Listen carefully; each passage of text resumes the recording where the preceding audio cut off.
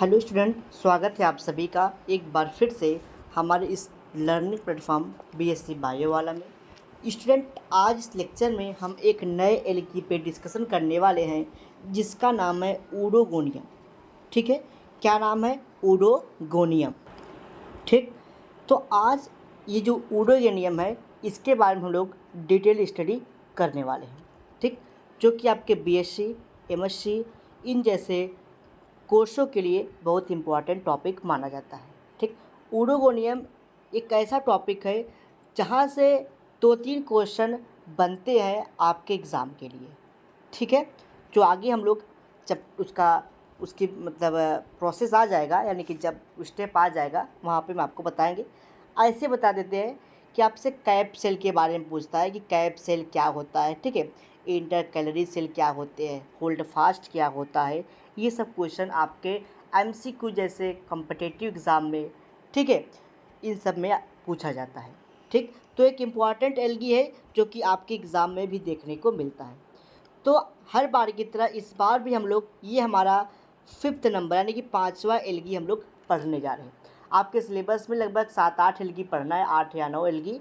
तो हम लोग 5वें नंबर पे हैं। ठीक है, और हमने अभी तक 4 एल्गी पे डिस्कस कर चुके हैं। ठीक, आइए सबसे पहले हम लोग इसका सिस्टमेटिक पोजीशन या फिर हम कह सकते हैं कि क्लासिफिकेशन को समझते हैं कि किस प्रकार से इसको क्लासिफाइड किया गया है। देखिए, जो एल्गी है ना, एल्गी ये डिवीज़न एल्गी के अंतर्गत आता है। जो इसका क्लास है, क्लास क्लोरोफाइसी का मेंबर है ये। ठीक है, क्लास क्लोरोफाइसी है। आर्डर क्या है? आर्डर ऊडोगोनियल्स। ठीक है, फैमिली का है ऊडोगोनिएसी। ठीक, और जीनस जो क्या है वो है ऊडोगोनियम। जीनस क्या है? ऊडोगोनियम। अब बात करते हैं अकरेंस। अकरेंस का मतलब क्या होता है? अकरेंस का मतलब ये होता है कि ये जो एल्गी है ना वो उसका वास स्थान का है, यानी कि किस जगह रहता है, ये किस घर में रहता है, आप इससे समझिए वास स्थान, इसका घर कहाँ है। अब हम लोग इसके बारे में समझेंगे। देखिए, ग्रीन कलर का होता है। कैसा होता है? ग्रीन कलर का होता है। ठीक, ये अनब्रांच होते हैं। ठीक, यूनिसिरेट होता है। फिलामेंटस एल्गी है। ये फ्रेश वाटर में पाए जाते हैं। कहाँ पाए जाते हैं? फ्रेश वाटर में ये पाए जाते हैं। जैसे पॉन्ड का वाटर हो गया ना, लेक हो गया, झील हो गया, पांड हो गया, टैंक हो गया, ये सब क्या है? ये सब फ्रेश वाटर है। तो इन सब जैसे वाटर यानी कि प्लेस पर पाए जाते हैं। तो मैंने बताया क्या, it is free water, fresh water alga, यानी कि ये फ्रेश वाटर में पाया जाता है।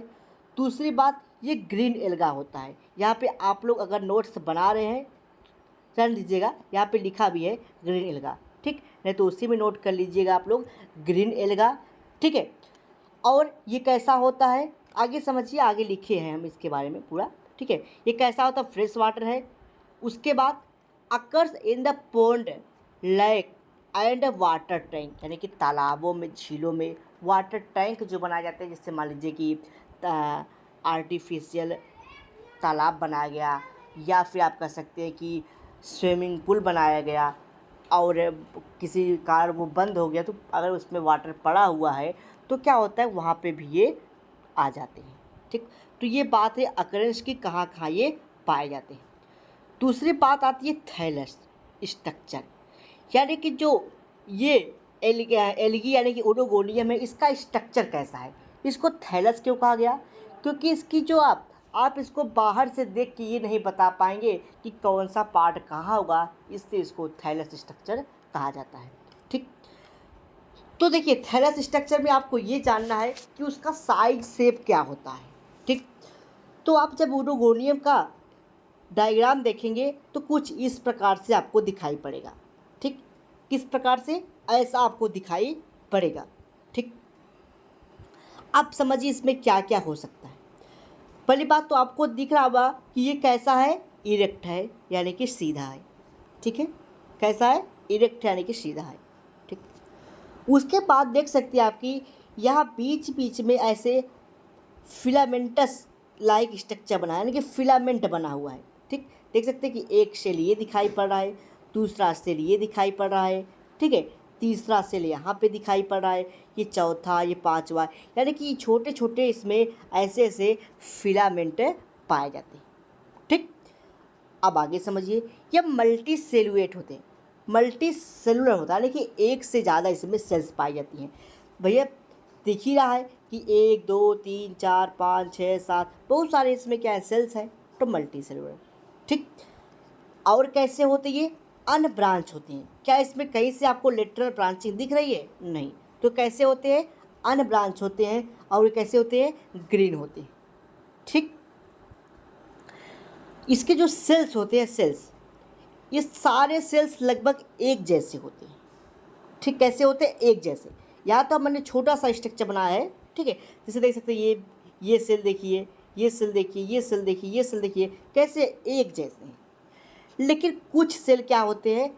एक जैसे नहीं होते हैं। जैसे एपिकल सेल, ऊपर का यानी कि टर्मिनल का वो सबसे ऊपर, जिसको एपिकल या टर्मिनल बोलते हैं, वो जो सेल होता है वो और सेल की अपेक्षा क्या होता है? उसकी साइज छोटी होती है। ठीक है, और जो एक तो एपिकल सेल और एक सेल होता है कौन सा? Basal cell. बेसल सेल वो भी क्या होता है आपका? वो भी और सेल्स की तुलना में अलग होती है। यानी कि सभी सेल क्या होते हैं? एक जैसे होते हैं except apical cell and basal cell. Apical यानी कि ऊपर वाला सेल और नीचे वाला सेल कैसा होता है? उससे अलग होता है। ठीक, जो टर्मिनल सेल होता है ना ऊपर वाला, जो एपिकल जिसको कहते हैं, वो हेमी स्फेरिकल होता है, अर्ध गोलाकार। यानी कि अगर ये गोला है तो आप ऐसे बना सकते हैं कि आधा गोला बनाए, ऐसा होता है। ये ऐसा पूरा गोला हो गया तो अर्ध है गोलाकार यानी कि सेमी स्फेरिकल होता है। बट जो नीचे का बेसल सेल होता है ना, बेसल सेल, उसमें क्लोरोप्लास्ट नहीं होता। ये ग्रीन तो मैंने बताया कि पूरा ग्रीन होता है, यानी किसका मतलब क्लोरोप्लास्ट तो पाया जाता होगा। लेकिन जो बेसल सेल होता है, नीचे वाला सेल एकदम बेसल सेल, वो कैसा होता है? विदाउट क्लोरोप्लास्ट, वहाँ पे क्लोरोप्लास्ट नहीं पाया जाता है। ठीक, इतनी बात समझ में आई। फिर क्या होता है? फिर ये आता है कि ये इलॉन्गेट होते हैं, लंबे होते हैं। कौन सा? Basal cell. जो फेसल सेल होता है, बेसल सेल, नीचे वाला सेल एकदम लास्ट का, इसमें फिंगर लाइक ऐसे प्रोजेक्शन निकला हुआ होता है, या डिस्क कहते हैं, डिस्क लाइक या फिंगर लाइक प्रोजेक्शन निकला होता है, जो सॉइल से, जैसे अगर किसी पॉन्ड में है, ठीक, तो उससे क्या करता है वो, उस या फिर किसी सॉइल में है या फिर पानी में है, तो यहाँ पे कंकड़ है या मिट्टी है, कोई भी चीज़ है, उससे अटैच करने के लिए, यानी कि उस पे जा कर के स्थिर हो जाता है, यानी कि सबस्ट्रेटम पे, यानी कि किसी वस्तु पे जाके अटैच करने के लिए ये क्या करता है? कार्य करता है। यानी कि ये जो फिंगर लाइक प्रोजेक्शन है, ये किसी सबस्ट्रेटम है तो उससे जाके ये अटैच होने का कार्य करता है।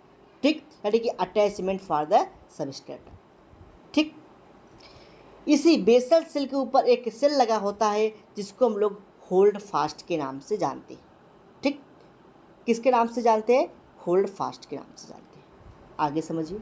तो इस प्रकार से इसमें डिफरेंसेस देखने को मिलती है। तो आइए पहले हम लोग थैलस स्ट्रक्चर के बारे में कुछ चीज़ें लैंग्वेज के माध्यम समझते हैं। और भी इस पर स्ट्रक्चर है, तो धीरे धीरे हम लोग समझेंगे एक एक पार्ट को, फिर आगे एक एक पार्ट का डिटेल इन्फॉर्मेशन की नोट्स के रूप में हम लोग पढ़ते चलेंगे और स्टडी करते चलेंगे। ठीक है, चलिए।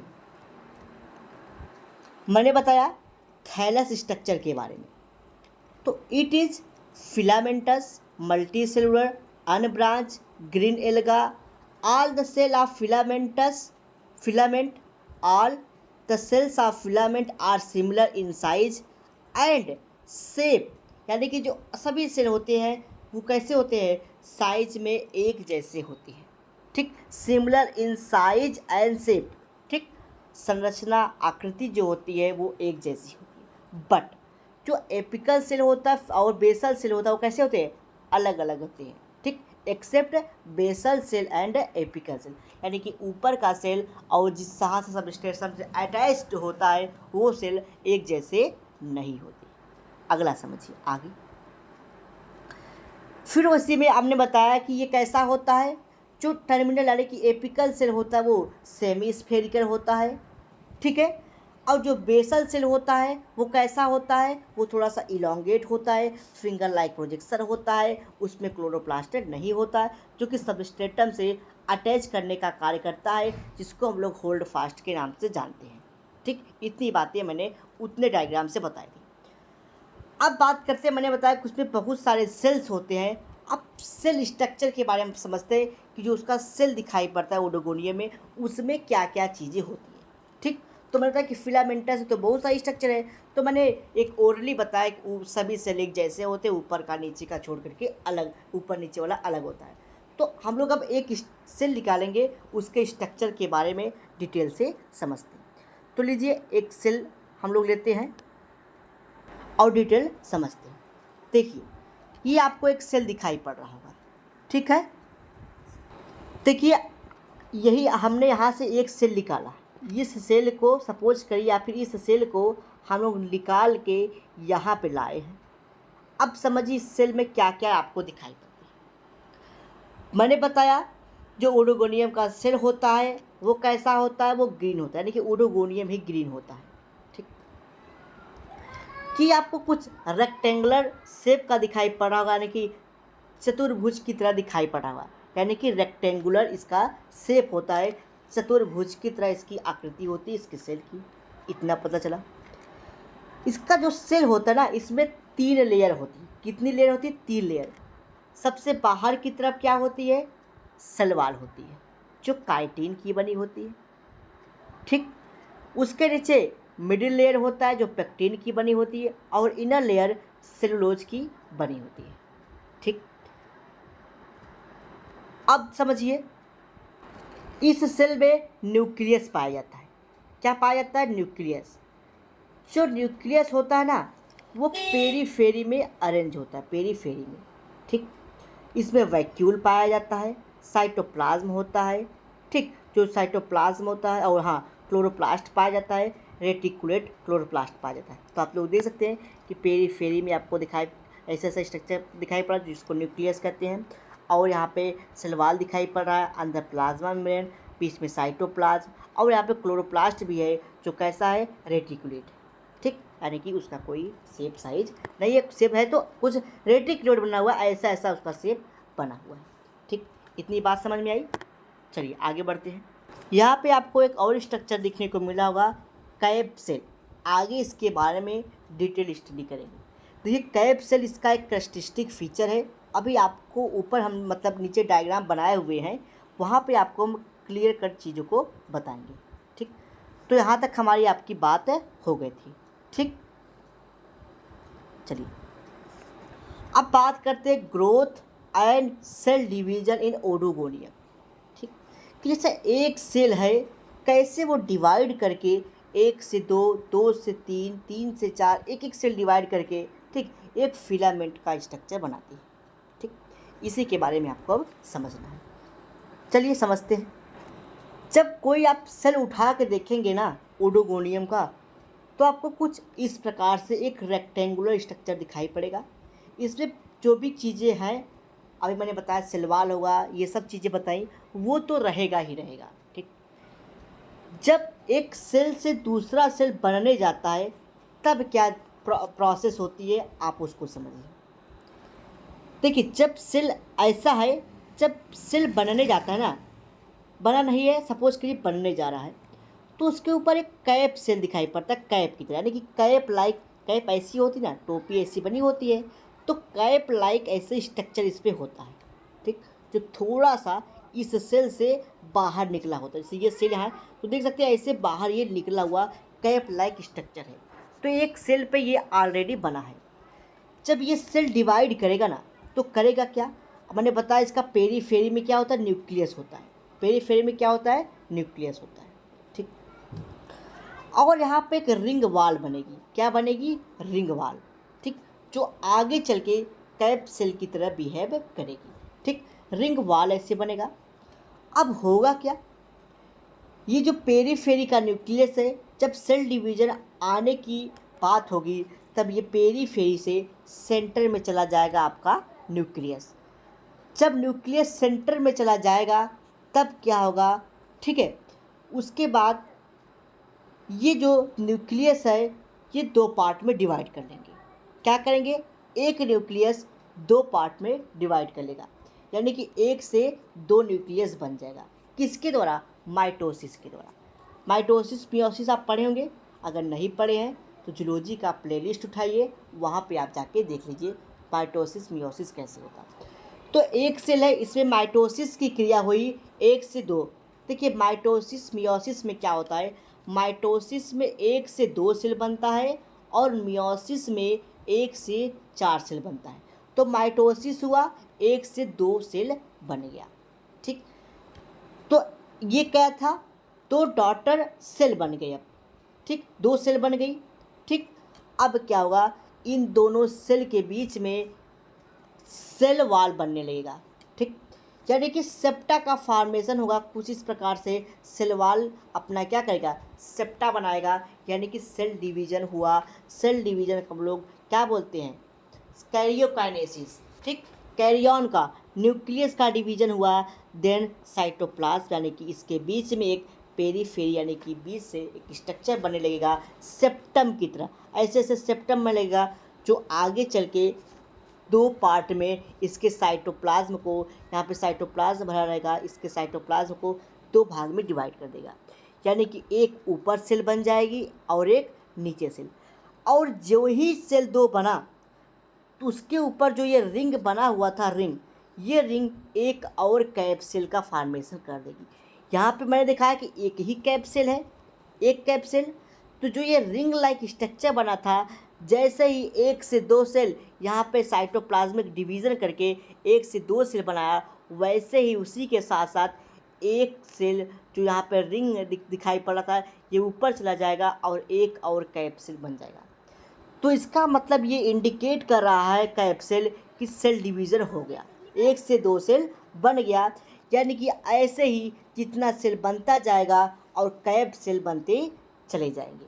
तो इसी प्रकार से एक फिलामेंट यानी कि एक न्यू ओडोगोनियम का फॉर्मेशन हो जाता है। तो इसी प्रकार से इसमें सेल डिवीज़न होगा। देख रहे हैं, अब एक एक ये ओल्ड कैप हो गया और ये न्यू कैप। जैसे जैसे एक नई सेल बनती जाएगी, ओल्ड कैप ऊपर चलता चला जाएगा और न्यू कैप नीचे बनता चला जाएगा। ठीक है, फिर क्या हो जाएगा, फिर आपका न्यूक्लियस पेरीफेरी में आ जाएगा, फिर अगर डिवीज़न करना है फिर सेंटर में आएगा, फिर वही प्रोसेस चलती रहेगी। ठीक, चलिए अब इतनी बात को हम लोग लैंग्वेज के माध्यम से समझ लेते हैं। फिगर बनाना चाहते हैं तो आप इसका फिगर ऐसे बना लीजिएगा। ठीक, ये देखिए ऐसा, देन ऐसा, फिर ऐसे।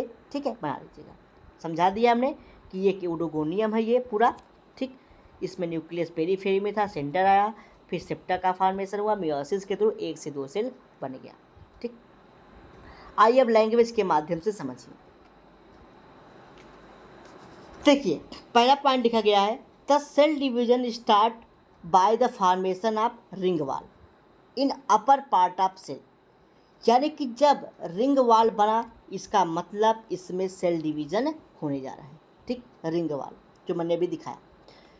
तब nucleus migrate from periphery to centre. जो न्यूक्लियस था जो या पेरीफेरी में था, अब वो सेंटर में चला जाएगा। इसका मतलब भी पता चल रहा है कि अब सेल डिवीजन होगा। The nucleus divided by mitosis and produces two daughter nucleus which is separated by the floating septum. यानी कि वहाँ पे क्या होगा, एक सेल दो सेल में डिवाइड करेगा, किसके द्वारा, फ्लोटिंग सेप्टम के द्वारा। ठीक, सॉरी, एक से दो सेल बनेगा माइटोसिस के द्वारा, और दोनों सेल को डिवाइड करने के लिए, साइटोप्लाज्म को डिवाइड करने के लिए सेप्टेट फ्लोटिंग स्ट्रक्चर यानी कि सेप्टम का फॉर्मेशन होगा।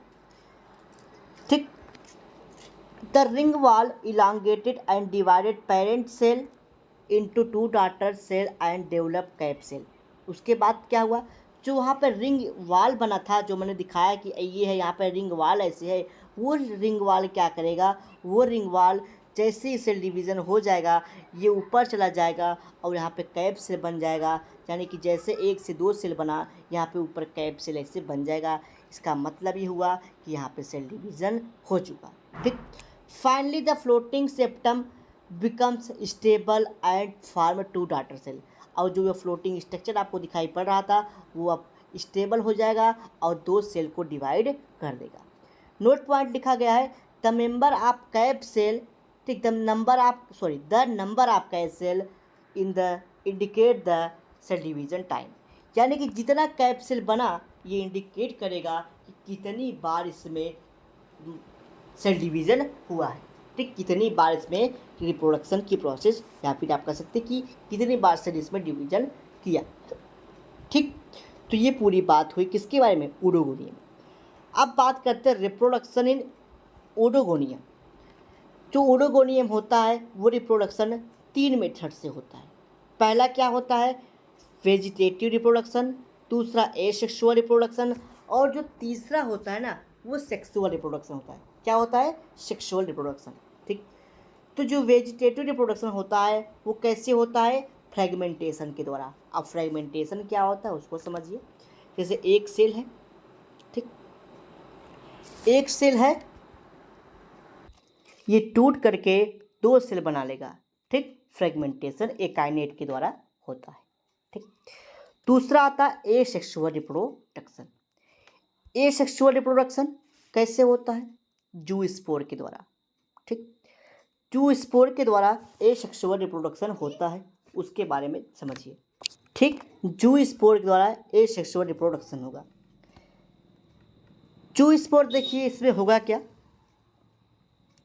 जिसका वेजिटेटिव सेल होगा ना, वेजिटेटिव सेल, यही वेजिटेटिव सेल में फ्लैजिला राइज हो जाएगा, एक सेल में, यूनिसेलुलर सेल में, तो ये मोटाइल हो जाएगा। जो स्पोर आगे चल के, ठीक, मान लीजिए एक वेजिटेटिव सेल वहाँ से निकला, ओडोगोनियम का पूरा है, वहाँ से ये पूरा ओडोगोनियम है, यहाँ से एक सेल निकला, एक सेल में फ्लैजिला राइज हो जाएगा, ठीक है, जो आगे किसी सबस्ट्रेटम से अटैच हो जाएगा और एक नई जो है कि ओडोगोनियम का फॉर्मेशन कर देगा, ठीक। तो यही होता है एसेक्सुअल रिप्रोडक्शन। तो लिखा गया है, it occurs by the zoospore formation, single zoospore is found in each vegetative cell of the Oedogonium. तो प्रत्येक सेल इस प्रकार की क्रिया कर सकती है। मैंने एक सेल को लेकर बताया था, तो कोई भी सेल यहाँ पे कर सकता है। दूसरा होता है आपका सेक्सुअल रिप्रोडक्शन। सेक्सुअल रिप्रोडक्शन जो होता है उसमें 2 सेक्स ऑर्गन प्रेजेंट होते हैं, ठीक। क्या होते हैं, दोनों सेक्स ऑर्गन प्रेजेंट होते हैं, यानी कि मेल गैमीट और फीमेल गैमीट दोनों प्रेजेंट होते हैं, ठीक। ये कई मेथड से इसका समझिए उसको पहले डिटेल से। मैंने बताया जो रिप्रोडक्शन होता है, ठीक, ओडोगोनियम में वो कैसा होता है, बेसिक टाइप का रिप्रोडक्शन है जिसमें 6 ऑर्गन इंक्लूड होता है ओडोगोनियम का, ठीक, जो 2 टाइप से 2 ग्रुप में होते हैं। पहला क्या है, मैकेंड्रस, ठीक। सेक्सुअल रिप्रोडक्शन 2 तरीके से होता है। पहला मैकेंड्रस स्पीसीज, मैकेंड्रस स्पीसीज यानी कि नॉर्मल स्पीसीज को मानी गई है, ठीक है। इसमें क्या होता है, इसमें ये होता है कि जो एंथ्रीडिया होता है, एंथ्रीडिया यानी कि मेल 6 ऑर्गन, ठीक, ये क्या करता है, नॉर्मल साइज के प्लांट को प्रोड्यूस करता है, ठीक, यानी कि इसके द्वारा नॉर्मल साइज के प्लांट प्रोड्यूस होंगे मैकेंड्रस स्पीसीज के द्वारा। आखिर देखिए इसमें होता क्या है, ये देखिए 2 प्रकार से ये भी होता है, ठीक। इसमें क्या होता है, 2 प्रकार के प्लांट पाए जाते हैं। एक होता है मोनोसियस प्लांट, ठीक, मोनोसियस प्लांट,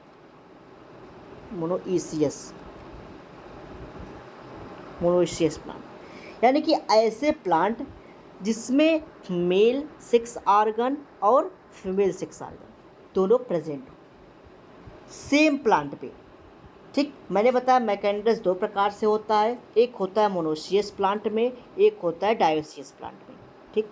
यानी कि अगर मेल और फीमेल प्लांट एक ही बॉडी पे हो, यानी कि अगर ये कोई पौधा है, ठीक, यहाँ पे इसका मेल प्लांट प्रेजेंट है, इसका फीमेल प्लांट है, ये क्या करेगा, ये आपस में फ्यूज करके, ठीक, इसका जो मेल पार्ट है ये और ये आपस में फ्यूज करके एक नए प्लांट को बना ले, यानी कि इसका गैमीट आएगा, इसका गैमीट, दोनों फ्यूज करके एक नए प्लांट को बना लेंगे, उसको मोनोसिस कहते हैं।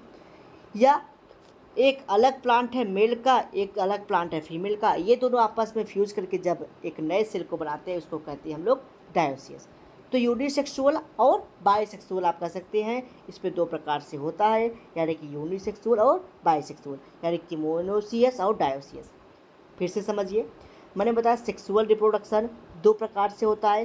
पहला होता है मैकेंड्रस। मैकेंड्रस में क्या होता है, ये नॉर्मल जो कि स्पीसीज होंगी, ठीक है, जैसे ओडोगोनियम की एक स्पीसीज है, ये दूसरी स्पीसीज है। सपोज करिए बाइसेक्सुअल है, इसमें मेल और फीमेल दोनों पार्ट है, तो मेल फीमेल दोनों पार्ट आपस में मेल गैमेट निकालेगा मेल, और ये फीमेल गैमेट आपस में फ्यूज करके एक नया प्लांट बना देगा। और ये क्या है, ये मेल गैमेट है और ये सपोज करिए अलग अलग प्लांट है, ये फीमेल है, तो ये दोनों आपस में फ्यूज करके क्या करने के एक नए प्लांट का फॉर्मेशन करेंगे, तो इसको कहते हैं हम लोग मैकेंड्रस। ठीक, दूसरा आता है नेनेंड्रस स्पीसीज या नेनेंड्रियम। ठीक, नेनेंड्रस स्पीसीज क्या होता है या नेनेंड्रियम क्या होता है। मैंने वो बताया कि वो नॉर्मल स्पीसीज में होता है, किसके, आपके ओडोगोनियम के, ठीक, ओडोगोनियम के एंथ्रेडिया में। ठीक, इसमें क्या होता है नेनेंड्रस में, जो इसका एंथ्रेडिया होता है, एंथ्रेडिया, ठीक, एंथ्रेडिया क्या करता है, स्पेशल टाइप के आपके कह सकते हैं कि एंथ्रेडिया आपका स्पेशल टाइप के मेल और फीमेल, ठीक है, मेल और फीमेल प्लांट को प्रोड्यूस करता है। ठीक, क्या करता है, मेल और फीमेल प्लांट को प्रोड्यूस करता है, उसके द्वारा इसमें क्या होता है, एक नए ड्वार्फ प्लांट का फॉर्मेशन होता है, जिसको हम लोग नेनेंड्रस कहते हैं। फिर से समझिएगा, मैंने बताया इसमें स्पेशल टाइप का एंथ्रेडिया होता है। ठीक, ये एंथ्रेडिया क्या करेगा कि यहाँ से एक ड्वार्फ छोटा सा मेल या फीमेल क्या करेगा, ड्वार्फ मेल स्पोर निकालेगा, जिसको हम लोग नेनेंड्रियम कहेंगे, जो कि यूनिसेक्सुअल होगा। ठीक, या बाइसेक्सुअल हो सकता है, यानी कि ये इसमें दोनों कैरेक्टर हो सकते हैं मेल फीमेल के, या केवल यूनिसेक्सुअल हो सकता है। तो इससे क्या होगा, निकलेगा क्या, इससे निकलेगा ड्वार्फ मेल, ठीक, या फिर फीमेल, जिसको नेनेंड्रियस कह सकते हैं, नेनेंड्रियस कहते हैं। ठीक है, नेनेंड्रियम कहेंगे, ठीक है, नेनेंड्रियम कहेंगे, जो आगे चल के क्या करेगा, आगे चल के किसी सपोर्टिंग सेल से पा जाएगा, यानी कहीं से सबस्ट्रेट सेल से जुड़ जाएगा। ठीक, और आगे चल के एक नए ओडोगोनियम का फॉर्मेशन करेगा। बेसिकली इसमें क्या होता है फिर से समझिए, एंथ्रेडिया है, इसमें ड्वार्फ मेल बना, फिलामेंट बना, ये क्या करेगा, हो सकता है कि दोनों प्रकार का स्पोर इसमें प्रेजेंट हो सकता है कि एक प्रकार से, तो दोनों प्रकार होगा तो डायोसियस प्लांट बनेगा, सॉरी मोनोसियस प्लांट बनेगा। और क्या होगा, अगर यूनिसेक्सुअल है तो डायोसियस प्लांट बनेगा। ठीक, दोनों है तो मोनोसियस, एक ही प्लांट पे है, और अलग अलग अलग है तो डायोसियस, दोनों प्रकार के प्लांट यहाँ से बन जाएगा। ठीक, अब यहाँ से सपोज करिए एंथ्रीडिया यानी कि मेल सेक्स ऑर्गन, ड्वार्फ जो कि प्रोड्यूस हुआ मेल सेक्स ऑर्गन, जिसको नेनेंड्रियस स्पीसीज कहें।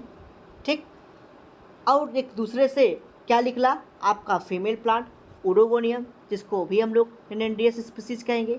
ठीक, यानी कि उससे क्या हुआ, सपोज किया हमने कि एक मेल प्लांट निकला है और एक फीमेल प्लांट। ठीक, अब क्या होगा इसमें, अब इसमें ये होगा, ठीक, अब समझिए एंथ्रेडिया क्या होता है, मेल सेक्स ऑर्गन, ओगोनियम क्या है, फीमेल सेक्स ऑर्गन। तो मैंने बताया कि स्पेशल टाइप का जो नेनेंड्रस स्पीसीज ये बने हैं, एक निकाला मेल, दूसरा निकाला फीमेल। ठीक, जो मेल वाला होगा ना, उसमें देखिए क्या होगा, जो मेल सेक्स ऑर्गन होगा वो छोटा होगा, जिसको नेनेंड्रस स्पीसीज कहें। ठीक, जहाँ पे इसके बेसल पे होल्ड फास्ट बना होगा। ठीक, और इसके अंदर बहुत सारे एंथ्रेडिया प्रेजेंट होंगे। जो एंथ्रेडिया होगे ना, जो एंथ्रेडिया होगा इसका, वो एंथ्रोजॉइड उसको कहेंगे। ठीक, उस सॉरी जो इसका आप कहेंगे एंथ्रेडिया होगा ना, उसमें दो एंथ्रोजॉइड्स होंगे। एंथ्रोजॉइड का मतलब जैसे ये एंथ्रेडिया, इसमें दो एंथ्रोजॉइड्स होंगे। ठीक, जो कैसे होंगे, मल्टी न्यूक्लिएटेड होंगे। ठीक, मल्टी न्यूक्लिएटेड एंथ्रोजॉइड्स होंगे, यानी कि एक से ज़्यादा उसमें मल्टी सीलिएटेड होंगे। ठीक, यानी कि सीलिया जैसे स्ट्रक्चर बने होंगे। ठीक, ये कैसा होगा, स्मॉल होगा और यूनिसेलुलर होगा और यूनिन्यूक्लिएट होगा, यानी कि एक सेल होगा, एक उसमें न्यूक्लियस होगा, उसमें सीलिया थोड़ा सा एक से ज़्यादा होगा। ठीक, मल्टी सीलिएट होगा, यानी कि मल्टी सीलिया, यानी कि सीलिया एक से ज़्यादा होगा। ठीक, उसके बाद क्या होगा, ये यूनिन्यूक्लियस होगा। अब ये मेल सपोज करिए बन गया है, एक छोटा सा पौधा बनाया, यानी कि इस प्रकार से एक मेल अपना बना लिया। ठीक, ऐसे यहाँ पर नीचे होल्ड फास्ट लगा है। अब ये वाला क्या करेगा, फीमेल ओगोनिया के पास जाएगा। सपोज करिए ये स्ट्रक्चर इससे आप पूरी बात को समझ जाएंगे। देखिए ये एक मेल पौधा है और ये एक फीमेल पौधा है। ठीक, मेल वाला पौधा क्या है, नेनेंड्रस स्पीसीज है, ये आपका एक नेनेंड्रस स्पीसीज है। ये आके यहाँ से किसी वेजिटेटिव सेल से अटैच हो गया, इसके पास होल्ड फास्ट है। ठीक, होल्ड फास्ट के द्वारा ये अटैच हो गया। अब इसके अंदर क्या है, एंथ्रोजॉइड है। एंथ्रोजॉइड जो कि मल्टीसीलिएटेड है, यानी कि फ्लैजिला एक से ज़्यादा है। ठीक, ये जो इससे इसका जो एंथ्रोजॉइड निकला, यहाँ से 2 एंथ्रोजॉइड निकले और पहुँच गए इसके फीमेल सेल पे, यानी कि एग सेल पे। अब इसका क्या, ये फीमेल पार्ट है और ये मेल पार्ट, ये आपस में क्या किया, फ्यूज किया। ठीक, फ्यूज किया और तब क्या होगा, इसमें फ्यूज करके ये जाइगोट बनाएगा। जाइगोट बनाया यानी कि कुछ इस प्रकार से इस सेल को दिखाएंगे, इस प्रकार से। अब 2 सेल इसमें आए और जाइगोट बन गया। जाइगोट क्या करेगा, मियोसिस करेगा। ठीक है, 1 से 2, सॉरी माइटोसिस करेगा 1 से 2, फिर 2 से 4 सेल बना लेगा। ठीक, क्या करेगा, 2 से 4 सेल। अब क्या होगा, जो इसकी वाल होगी वो रप्चर हो जाएगी। ये जो इसकी पूरी वाल है ना, ये टूट जाएगी। ठीक, ये वाली वाल टूट जाएगी। जो इस पर जू स्पोर बने होंगे, जो स्पोरेंजिया होगा वो बाहर निकल जाएगा। जब जू स्पोरेंजिया बाहर निकल जाएगा ना, जू स्पोरेंजिया बाहर निकल जाएगा तो जितने जू स्पोर होंगे उतने जू स्पोर क्या करेंगे, एक नए नए ओडोगोनियम का फॉर्मेशन करेंगे। तो इस पर क्या होगा, अब एक जू स्पोर बन गया, अब इस पर 1 सेल माइटोसिस करके 1 से 2 सेल बनेगा, फिर 2 से 4 सेल, तो 4 है, 4 बना लेंगे। ठीक, अब ये 4 बनाए तो ऐसे ऐसे 4 अलग अलग प्लांट बन जाएंगे। फिर उसमें क्या होगा, फिर वही स्ट्रक्चर, ऊपर एपिकल सेल, इधर नीचे की तरफ होल्ड फास्ट सेल और बीच में टर्मिनल सेल, सॉरी बीच में क्या होगा, वेजिटेटिव सेल्स हो जाएंगे। तो यही पूरी इसकी लाइफ साइकिल मैंने बताया।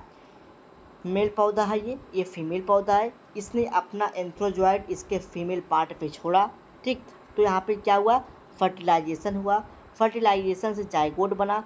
जो जाइगोट बना उसमें 4 क्या बने, स्पोर बने। जो स्पोर थे वो आगे चल के इसकी बार डी रप्चर्ड हुई, तो 4 एंथ्रोजॉइड बाहर आए जो अलग अलग ओडोगोनियम का फॉर्मेशन करेंगे।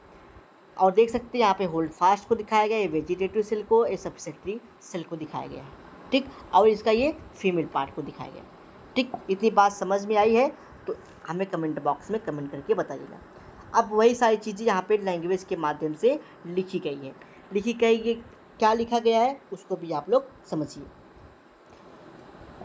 Cap cell functions on oogoneum mother cell. The oogoneum mother cell undergo mitosis, produces upper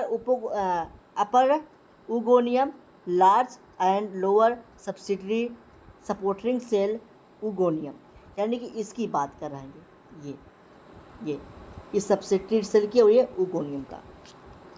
इसका मतलब ये कह रहे हैं कि जैसे जो नेनेंड्रस स्पीसीज बना ना, ये डिवाइड हुआ, ऊपर तो एग सेल बना लिया, नीचे सब्सिडियरी सेल यानी कि सपोर्ट करने वाला सेल बना लेता है, जो नेनेंड्रस स्पीसीज से एक प्लांट बनता है फीमेल का। ठीक, तो वही उन्होंने कहा है। ठीक, ओगोनियम लार्ज ओवल, बड़ा सा गोला का संरचना होता है जिसमें बीच में ओवल यानी कि एग सेल पाया जाता है। एक सेल के नीचे क्या होता है, सब्सिडियरी सेल पाया जाता है। अब ये एक सेल पाया गया है। ठीक, इसमें क्या होगा, फर्टिलाइजेशन होगा, यानी कि एंथ्रीडिया जाएगा।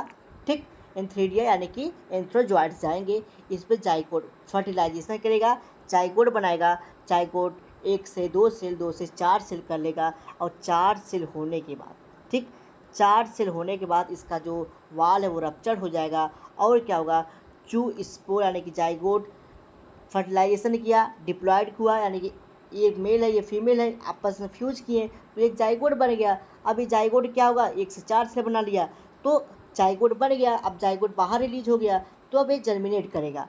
ठीक, यानी कि किसी भी जगह अपना सबस्ट्रेटम से अटैच होगा और वहाँ से एक नई सेल का फॉर्मेशन करने लगेगा। तो ये पूरी इसकी लाइफ साइकिल थी। ठीक, 2 मिनट में चीज़ों को कवर करते हैं। मैंने बताया ठीक इसके बारे में, इसके क्लासिफिकेशन के बारे में, ये कहाँ पाया जाता है, इसका थैलेस स्ट्रक्चर क्या होता है। फिर मैंने बताया इसके एक सेल की संरचना कैसी होती है। फिर मैंने बताया इसमें ग्रोथ कैसे होता है, तो वो भी आप लोग समझ चुके होंगे। फिर मेन पॉइंट आती है वेजिटेटिव रिप्रोडक्शन की, तो वेजिटेटिव रिप्रोडक्शन फ्रेगमेंट या एक काइनेट के द्वारा होता है। एसेक्सुअल रिप्रोडक्शन मैंने बताया कि जूस्पोर के द्वारा होगा। बात अब यहाँ पे कम समझ में आया होगी, उसको समझ लीजिए सेक्सुअल रिप्रोडक्शन कैसे होता है। सेक्सुअल रिप्रोडक्शन आपको मैकेंडस तो समझ में आया होगा, ठीक है, यानी कि डायोसियस और मोनोसियस प्लांट का कॉन्सेप्ट है, ठीक है। इसमें जो एंथ्रोजॉइड बनता है या फिर एंथ्रीडिया होता है ना, एंथ्रीडिया हो सकता है कि बाइसेक्सुअल हो, ठीक।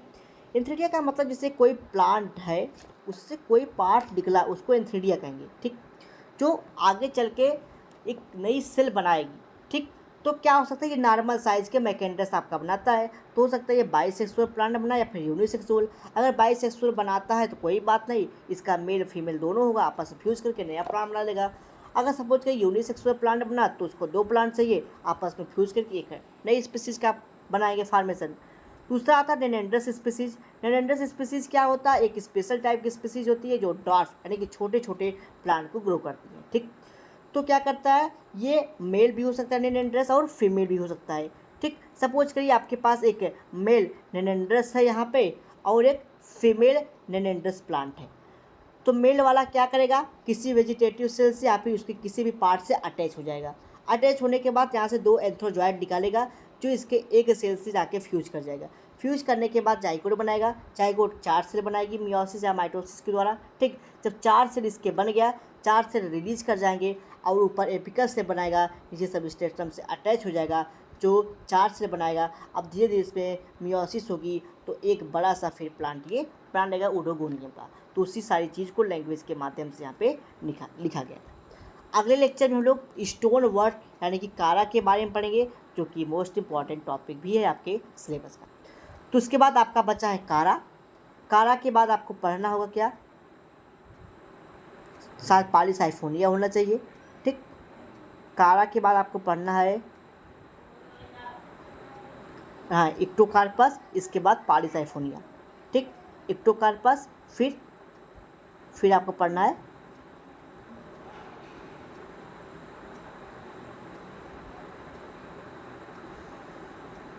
लंबा चैप्टर है क्या, सारगासम पढ़ना है, ठीक है। जो भी पढ़ना होगा हम आपको एक एक के बाद एक पढ़ा देंगे, ठीक। कोई डाउट कोई क्वेरी से कमेंट बॉक्स में आप पूछ सकते हैं।